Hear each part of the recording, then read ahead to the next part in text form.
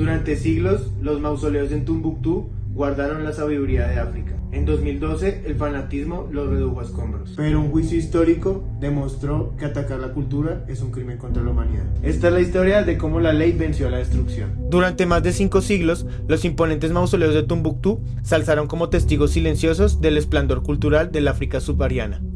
Construidos entre los siglos XV y XVI para honrar a sabios sufíes, estos monumentos no eran simplemente estructuras de barro y madera, sino la encarnación física de una tradición de tolerancia y conocimiento que atravesaba generaciones. La UNESCO los había reconocido como Patrimonio de la Humanidad en 1988, protegiendo oficialmente lo que los habitantes de Tombuctú ya sabían: estos edificios eran la piedra angular de su identidad colectiva. Pero en 2012, esta herencia milenaria enfrentó su mayor amenaza. Grupos armados extremistas, empeñados en imponer su visión fundamentalista del Islam, declararon guerra no solo contra las personas, sino contra la memoria misma de esta ciudad legendaria. Lo que siguió fue una de las primeras veces en que la comunidad internacional reconoció que destruir cultura es tan grave como destruir vidas humanas, y actuó en consecuencia a través de un mecanismo innovador llamado la Corte Penal Internacional. Para comprender plenamente la magnitud de lo ocurrido, debemos situarnos en el Malí del 2012. El país tradicional, ejemplo de convivencia interétnica e interreligiosa, se vio sacudido por un golpe de estado y la posterior invasión de grupos yihadistas en el norte. Tombuctú, ciudad que alguna vez albergó una de las universidades más importantes del mundo islámico y cuya biblioteca contenía manuscritos científicos centenarios, se convirtió en blanco de una campaña de borrado cultural sistemático. Los extremistas prohibieron música, quemaron libros y finalmente volvieron su atención hacia los mausoleos sufíes. Lo irónico es que quien dirigía esta destrucción, Ahmad al-Faqih al-Mahdi, no era un extranjero ignorante, sino un maliense educado que había trabajado en el Ministerio de Cultura. Conocía perfectamente el valor de lo que estaba destruyendo, lo que según la Corte Penal Internacional agravaba su responsabilidad penal. Los ataques comenzaron el 30 de junio de 2012 y se prolongaron metódicamente durante 12 días. Al-Mahdi, ahora líder autoproclamado de la policía islámica, no se limitó a ordenar las destrucciones, las planeó minuciosamente, seleccionó los objetivos prioritarios, proporcionó las herramientas desde simples picos hasta explosivos artesanales y supervisó personalmente cada demolición. Los testigos describieron cómo los extremistas primero cercaban los mausoleos, luego destruían las puertas sagradas y finalmente reducían a escombros las estructuras centenarias. Lo que hizo único este caso fueron las pruebas disponibles: videos propagandísticos grabados por los mismos perpetradores donde al-Mahdi aparecía incitando a sus seguidores y justificando teológicamente la destrucción, registros telefónicos que lo ubicaban en el lugar y hora exacta de los ataques y testimonios de habitantes que lo identificaron dando órdenes específicas. La fiscalía demostró que cada golpe de martillo era premeditado y cada explosión calculada. El 1 de marzo de 2016, la Sala de Cuestiones Preliminares 1 de la Corte Penal Internacional confirmó los cargos contra al-Mahdi, marcando varios hitos procesales.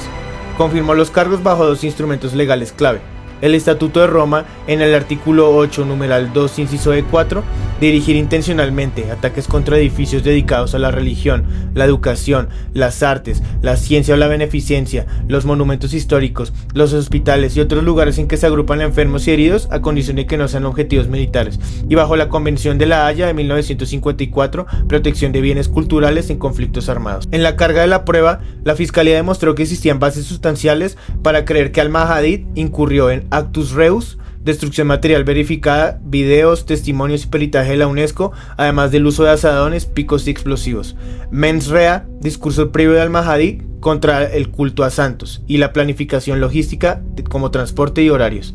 Además, la Fiscalía determinó que al-Mahdi incurrió en actos intencionales de destrucción con conocimiento del carácter protegido de los bienes y sin justificación militar válida.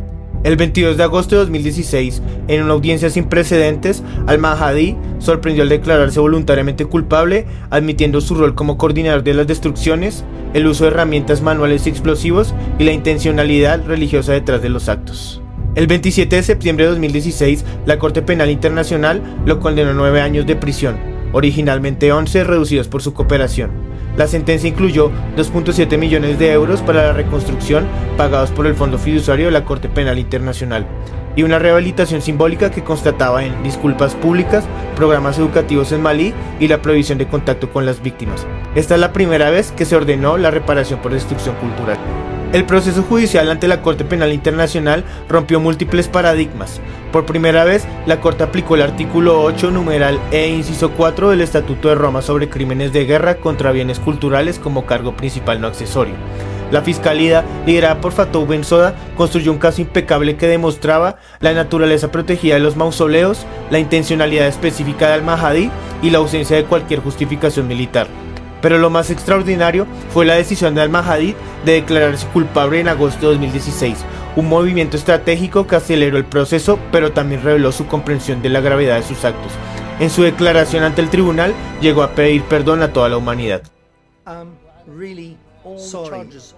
Brought against me are accurate and correct. El Penal Internacional emitió una sentencia pionera que estableció jurisprudencia, ya que determinó que la destrucción cultural puede ser un crimen autónomo sin necesidad de víctimas físicas.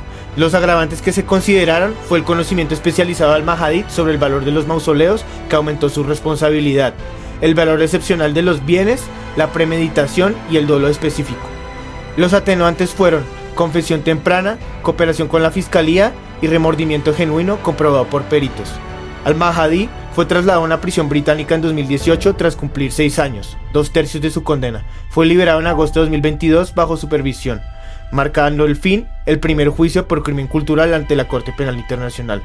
Algunos juristas cuestionaron, ¿era suficiente 9 años por daño irreversible y debió incluirse persecución religiosa? El precedente establecido en el caso de Ahmad al-Faqih al-Mahdi del 2016 ha sido aplicado en 14 casos posteriores donde la Corte Penal Internacional ha investigado la destrucción del patrimonio cultural como crimen de guerra. Libia, 2017, destrucción de mausoleos sufíes en Trípoli y Misrata. Siria, 2018, destrucción del templo de Bel en Palmira por ISIS. Irak, 2019, demolición de sitios asirios en Mosul. Yemen, 2020, bombardeo de edificios históricos en Sana. República Centroafricana, 2022, destrucción de iglesias y mezquitas en Bangui. Sudán, 2022, saqueo de museos en Jartum durante el conflicto. Ucrania, daño al museo de Ibaki y sitios culturales en Cherib-Chik. Afganistán, 2023, destrucción del museo de Kabul por los talibanes. La orden de reparaciones de 2017 fue tan innovadora como la sentencia. Los 2.7 millones de euros se destinaron a la reconstrucción material usando técnicas tradicionales transmitidas por generaciones de albañiles locales. Estas técnicas, conocidas como bareitón, utilizaron exactamente los mismos métodos del siglo XV, que era mezcla de arcilla, paja y madera de palma, transmitiendo este conocimiento a 150 aprendices. Los albañiles que trabajaron en la reconstrucción relataron cómo al volver a colocar cada piedra sentían que estaban sanando no solo los muros, sino el alma misma de su comunidad. En 2020, la UNESCO certificó que los mausoleos habían recuperado no solo su forma física, sino su significado espiritual. Esta reconstrucción tuvo varios desafíos técnicos, ya que la restauración requirió analizar fotos históricas píxel por píxel, recuperar pigmentos naturales de la región y reensamblar más de 12.000 ladrillos originales. Reparación moral, que consistía en ceremonias públicas de reconciliación y programas educativos en la que psicólogos y líderes religiosos desarrollaron talleres de duelo cultural en 15 lenguas locales, un archivo oral con 400 testimonios históricos y ceremonias intergeneracionales de perdón. Una compensación colectiva, el 60% de los fondos, 1.6 millones de euros, se destinó a subsidios para 89 familias guardianas de los mausoleos, microcréditos para mujeres comerciantes de manuscritos y capacitación en turismo cultural para jóvenes. Además, se creó una preservación digital. Las escuelas de Malí ahora incluyen en su currículo talleres de conservación patrimonial, réplicas didácticas de los manuscritos, visitas guiadas a los mausoleos, y cada mausoleo reconstruido contiene ahora una cápsula del tiempo con copias de la sentencia de la Corte Penal Internacional, nombres de las víctimas y herramientas de los reconstructores. Para el futuro, se creó un sistema de alerta temprana en la que una red de 120 guardianes del patrimonio, equipados con cámaras ocultas geoetiquetadas, almacenamiento en la nube para documentos y enlace directo con la UNESCO. En el 2023, el 78% de los beneficiarios habían duplicado sus ingresos gracias a estos programas. El caso de Al-Mahdi trascendió las salas de justicia para convertirse en un símbolo global hoy. Cuando vemos ataques al patrimonio en Ucrania, Yemen o Armenia, los fiscales internacionales citan este precedente. Las lecciones son claras. La cultura es un derecho humano fundamental. Su destrucción debe perseguirse con el mismo rigor que otros crímenes de guerra, y las reparaciones deben ser tan creativas como los daños infligidos. Los mausoleos de Tombuctú, testigos silenciosos del siglo de historia, hoy también atestiguan el poder de la justicia cuando se combina el derecho, la tecnología y la voluntad comunitaria.